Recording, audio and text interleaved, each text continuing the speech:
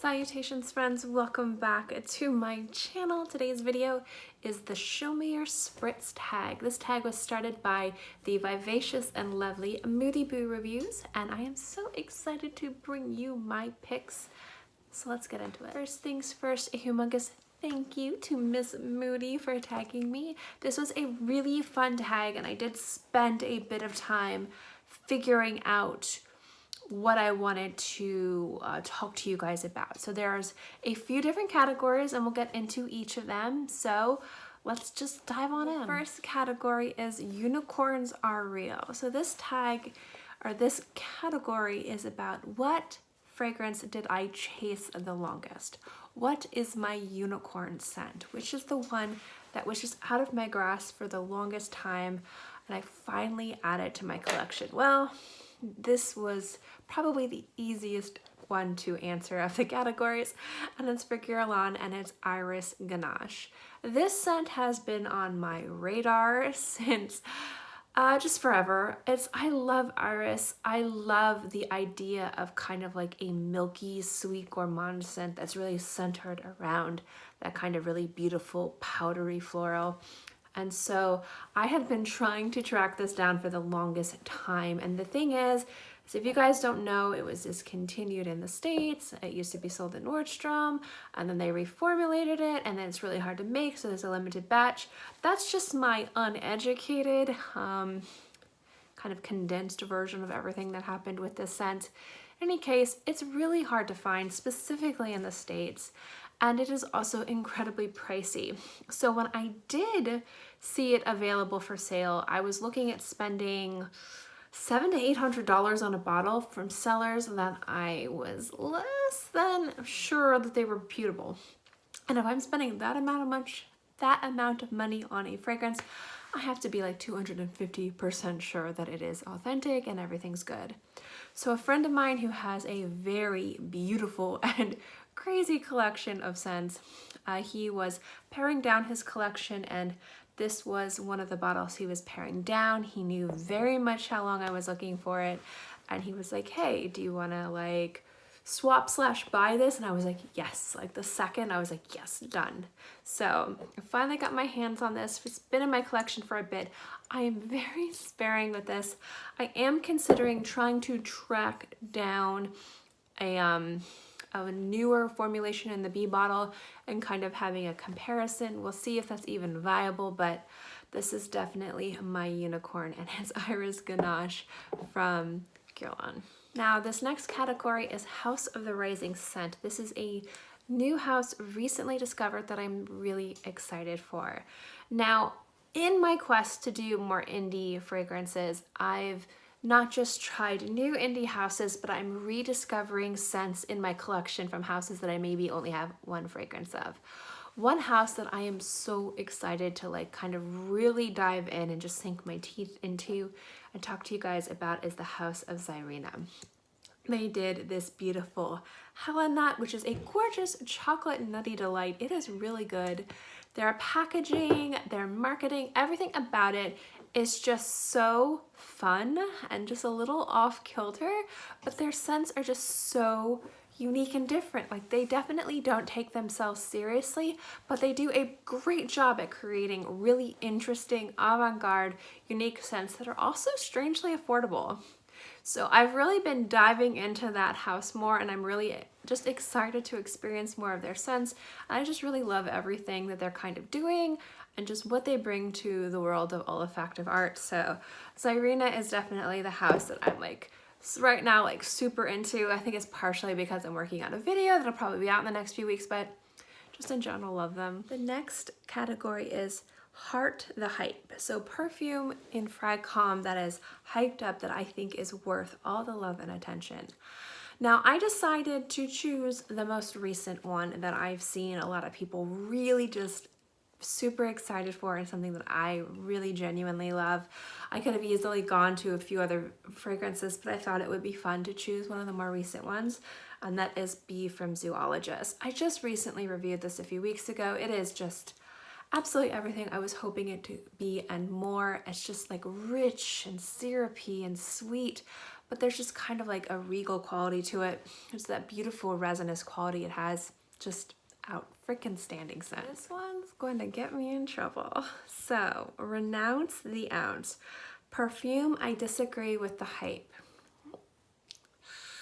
This isn't a fragrance, this is a house. And let me just be clear, I actually own and like a lot of scents from this house. But I don't completely agree with the hype on this. And let's just, the house is Parfums de Marly. So let me be clear, I own a few scents from them. I think individually, some of these scents are great. I love Delina. I love Sudbury. I enjoy a lot of the masculine scents from this house. Do not get me wrong. I, however, don't agree with the amount of hype and attention this house gets over other houses. I don't agree with it. As a house, they're great, but the amount of hype that they get within the community, for me, is unjustified, personally. It has more to do with their price point than anything else. Because like when you're looking at that level of price, you need to have, like for me, a little bit more in regards to composition. I have a feeling that a lot of people love them just because they smell good on the skin, they perform well. There's just something about them that is really a great house. But the amount of love and attention that they get, for me personally, based on the price point, based on they're really not coming out with new or unique compositions, they're not reimagining anything or ahead of the curve, so to speak. I just find that the price point, for me, I don't understand why so many people are looking to spend that much money on a bottle of perfume when I think that there's other houses that have that same price point that are doing unique, new, and better things, personally. Parfums de Marly is not a cheap house by any means.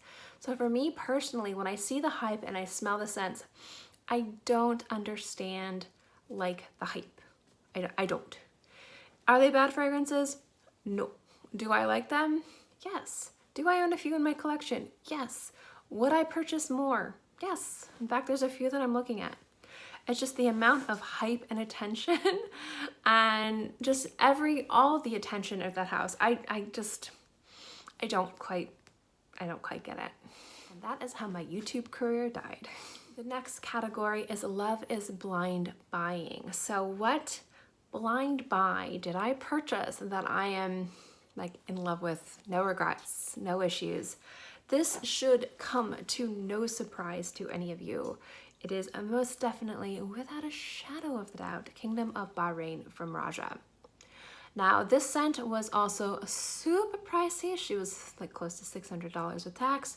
Like, this was in no way, shape, or form something that I was like, oh yeah. Like, for Raja, for me, a lot of the scents smell similar to other things. Very, very common compositions, but what I love about Raja is the level that it goes in regards to quality, presentation, and just the meticulous, like, it just, everything about it is like perfect for me. Not everyone agrees with that, and again, that's totally fine. Just like my previous category, not everyone's gonna agree with that, and that's fine too. Again, these are my opinions. But what I loved about this fragrance was, to me, it's everything that I expect from Raja, but there was also something unique about it. It wasn't something super familiar. It has that really nice kind of like warmth, decadence. There's a lot of complexity and there's a lot of different notes in here, and you can really feel the layers in the scent while it's still light and airy and crisp and biscuity and citrusy. Like, it's just a really delicious, sexy scent that works well on men and women, but you can feel the layers in it and you can feel the little nuances in all the notes, and I think that's what made me fall in love with this. So yeah, easily my favorite blind buy ever. Also my most expensive blind buy. Yeah.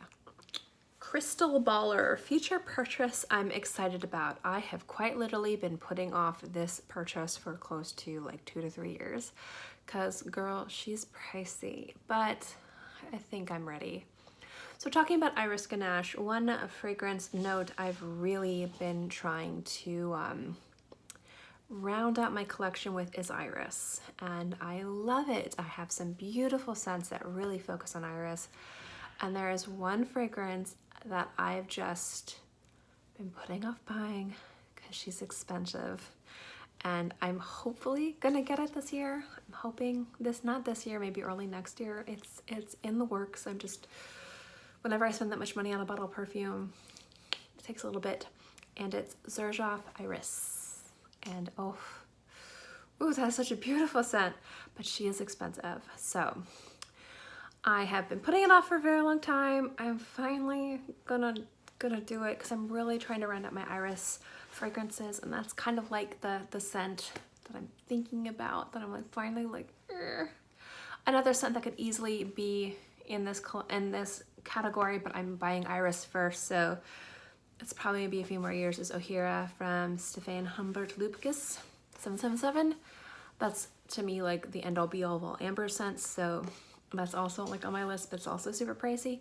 Anyway, Iris, I need, and so that will be in my collection at some point in the next few months or a year. You know, maybe like a few weeks. I don't know. It just depends when I decide to finally buy it. Next one is Take It Rare. This one was kind of hard. So this is what is the rarest fragrance in my collection? I actually don't have many, if any, really rare scents. I decided to kind of, not so much a specific fragrance, but just kind of let me go back. A specific experience. So for me, it's the experience of working with Dominique Debrana and creating this bespoke scent. Obviously, I'm the only one that has this, but just a bespoke scent from Dominique Debrana. I don't think many people have had the opportunity to do that, even though it is available for everybody. Like, it is something you can purchase on his website. I will link it below. But I don't think many people, like, I think people are a little scared or a little skeptical, and his stuff is amazing. Like, he's absolutely talented. I've just wanted this for a very long time. So I just am holding my bottle of Rue Mysore, and this is made with Mysore sandalwood. I know I mispronounced that wrong. Terribly expensive. This bottle was, I think, over $600. So but I chose the ingredients here, and they weren't cheap, They weren't cheap ingredients that I chose. And the next one I'm gonna do, it's gonna have iris and vanilla, so that's gonna be on the pricier side. But I just think the experience of having a bespoke scent made specifically of this quality is my rarity. It's my little rare gem in my collection, and I'm absolutely in love with it. It smells so good. I am stuck on a Band-Aid. This was an interesting one. I had to kind of think about this for a little bit. So I'm stuck on Band-Aid is an actor or a singer or a band. If I were to create a scent based on them, who would I choose and why? So first I thought about this, and the first actress that came to mind was Hedy Lamarr. I'm just entranced with that woman's intelligence and just what she's done for women, and her acting is incredible. She's a beautiful person, like, oh my gosh, like stunning, or she just, everything about Hedy Lamarr, like I love her. I love just old movies and things like that. I'm gonna talk in circles, so I'm gonna stop. So I wanted to think of a fragrance to me that would pay tribute to an terribly intelligent, captivating, beautiful actress. Like, basically, like, this woman can do everything. And I thought about creating just a really beautiful, rich, elegant, just sultry scent that had patchouli, carrot, iris, had some bergamot in there, some tuberose and jasmine and rose, just this really, maybe some labdanum in there, and just this kind of really rich, old world, old glamour, old Hollywood scent that had in my mind, like that little bit of carrot in there that just kind of made it a little bit, I don't want to say modern because that's not a modern note, but kind of gave it a unique little twist. A little bit heavier on the iris and the florals. And again, just like, I have it in my mind, and I'm kind of playing around with the idea of maybe like mixing things up and seeing how it goes. But yeah, that's what I thought. And last but not least is Brain Fart Stink 2, my most expensive regret. So it's not a huge regret. I really don't have buyer's remorse, but I think that the amount of money I spent on these scents, even though it wasn't a terrible amount, and the fact that I really only wear one of them, the other ones are all right, they're wearable, I just don't reach for them, so they just kind of sit there, is the Eau de Juice fragrances from Cosmopolitan, because I bought all 4. So this is really, Love Unfiltered is really the only one worth getting, to be perfectly honest. This one is actually really, really good. This one right here, 100% chilled, is all right. Pure Sugar is all right. This one I was disappointed in, Extra Concentrated. I thought this was gonna be something really like sexy and sultry and like sticky and sweet, and it's just boring.